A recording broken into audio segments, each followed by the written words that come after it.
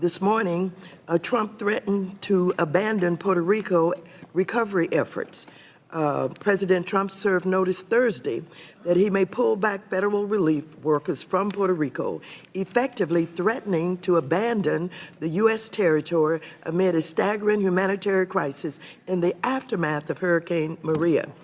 In a trio of tweets, he wrote, "We cannot keep FEMA, the military, and the first responders who have been amazing in Puerto Rico forever."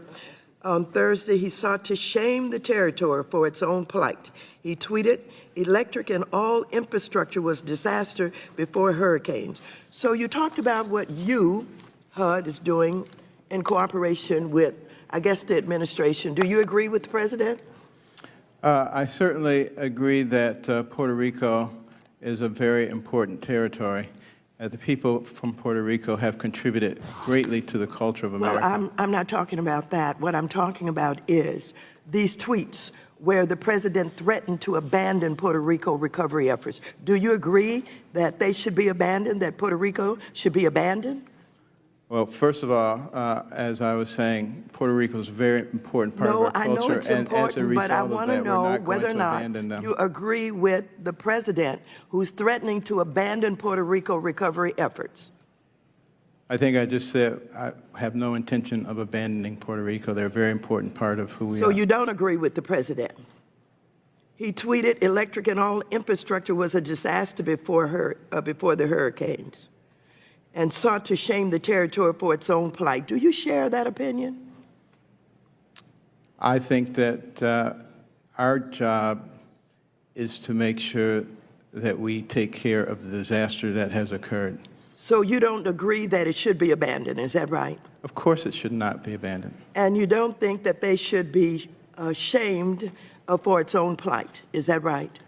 There is no question that there have been a lot of difficulties in Puerto Rico. They ended up. Should they be shamed for its own plight? In debt. I don't think it is beneficial to go around shaming people in general. Okay, so I'm glad to hear you don't agree with the president.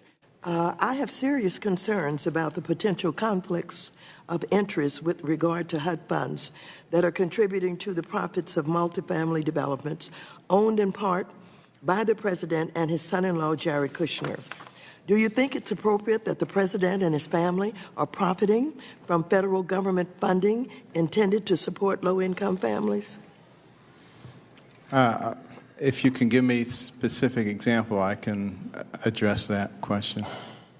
Well, I want to know if you think it's appropriate that the president and his family are profiting from any federal government funding intended to support low-income families. I don't think it's appropriate for public officials in general to do that. Okay. Do you stand by the president's decision not to divest himself of his interest in properties that receive HUD funding? I think the best thing to do is tell me specifically what you're talking about, and then I can address it. What have you done to ensure that HUD is properly handling these unprecedented conflicts of interest? Again, if you can tell me what the specific thing is, I can address it. These properties that are owned in part by the president or Mr. Kushner are also reportedly in very bad condition. You know Starrett City, don't you? Yes, I know of it. For example, which is part owned by the president. You know that, don't you? I do know that he has and you know it has received increasingly declining HUD inspection scores. You know that too, don't you? Do I know what now? That it has increasingly declining HUD inspection scores. I know that there are problems there, yes. But specifically, do you know that Starrett is a problem, that they have received increasingly declining HUD inspection scores? Do you know that? I know what is necessary to know as the Secretary of HUD regarding that. Do I know all the numbers about Starrett? No, I don't want you to know all the numbers. All I want you to know is about Starrett. Starrett, everybody kind of knows a lot about Starrett, and it's partially owned by the president. You are the HUD secretary, and you're in a conflict of interest situation. And I just want to make sure you understand what you are overseeing.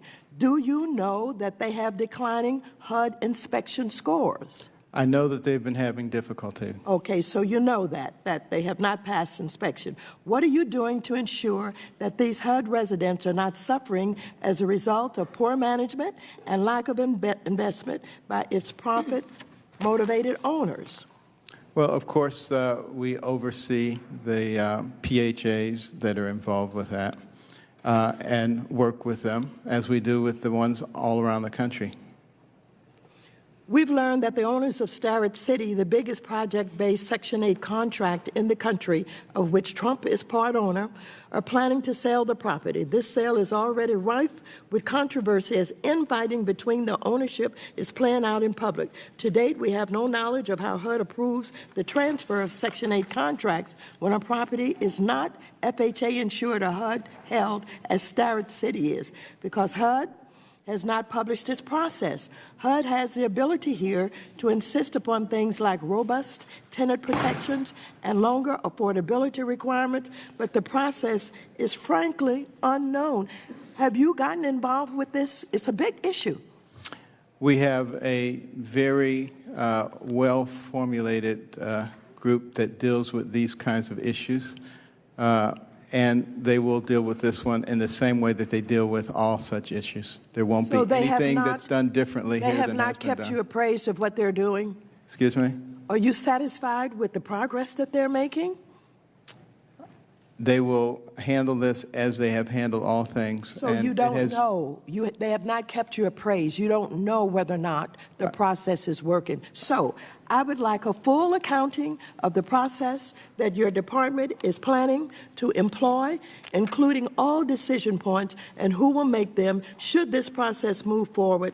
And so I want you to commit to that because, again, this is a big project that's owned partially by the President of the United States, and I want to know how this sale is going to work, what kind of protections these tenants are going to have, and you should keep yourself appraised of it because I'm going to want to know, as others will want to know, how it is progressing. We'll be happy to work with you and your staff to disseminate that information. Time.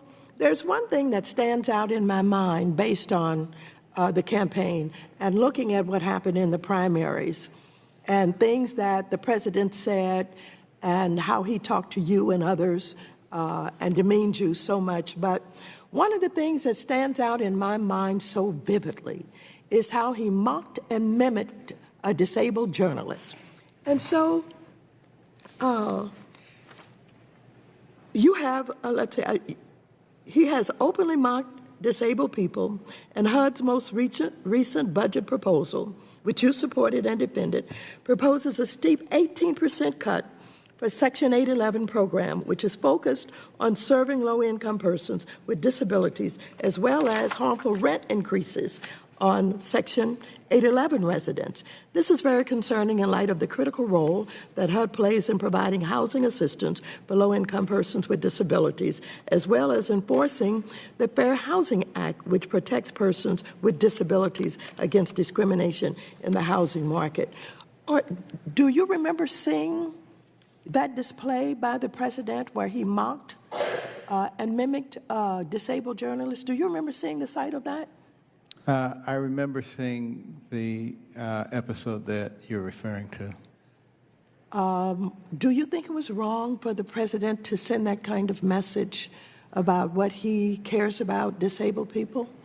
Well, you know, I'm not really here to talk about the president. I really want to talk about the people that we're trying to help. Well, yes, I want to talk about the people too. Right now, I want to talk about the disabled people. And I want to know if his attitude is such that it is reflected in this budget and you defend the budget, and are you defending in any shape, form, or fashion the fact that the person who wanted to be the president of the United States of America for all people would treat disabled people that way? What do you think about that?